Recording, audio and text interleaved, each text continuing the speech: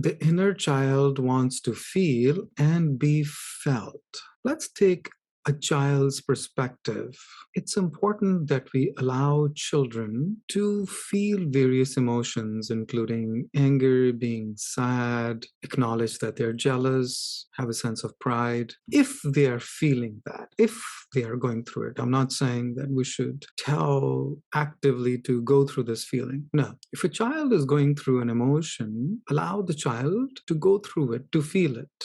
It's important without judging it, without circumventing it, without coming in the way. And I'm not saying indulge the kids. No.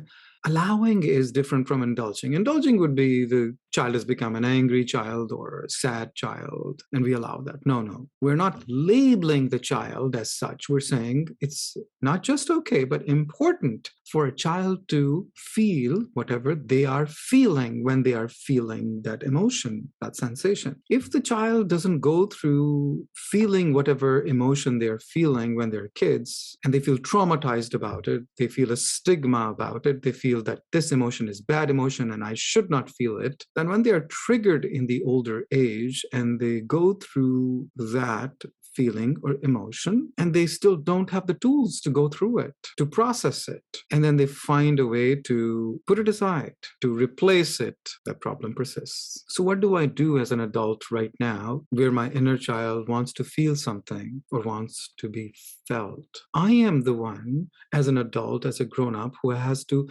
sit with my inner child, to feel what my inner child is feeling, to allow myself to go through that feeling, so that that feeling that my inner child is feeling is allowed to be gone through its completion, its complete cycle, so that then it is digested into my consciousness. And then my inner child that wants to feel can merge into my beingness, my wholeness. Then my inner child doesn't feel the need to feel as an adult when it is triggered, because there is no reason for a trigger anymore because it has been digested.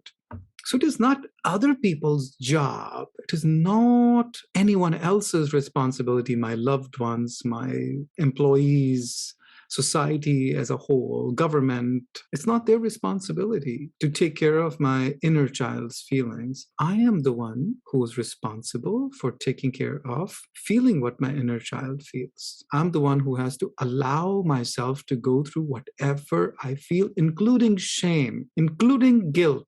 The idea is not to continue to feel guilty. Again, not indulgence. It's an active thing. I'm not powerless being driven by it, but instead, whether somebody else did wrong or I did wrong or God knows what happened, but this is how I felt. I have to allow myself to go through that feeling. And that's the best way to send a strong message to my subconscious, to my inner child, that I love me unconditionally, beautifully, without judgment, without guilt. And actually, if the judgment and guilt is what's supposed to be felt, so be it. Why should I say without guilt or judgment? I just love my inner child unconditionally. That's it.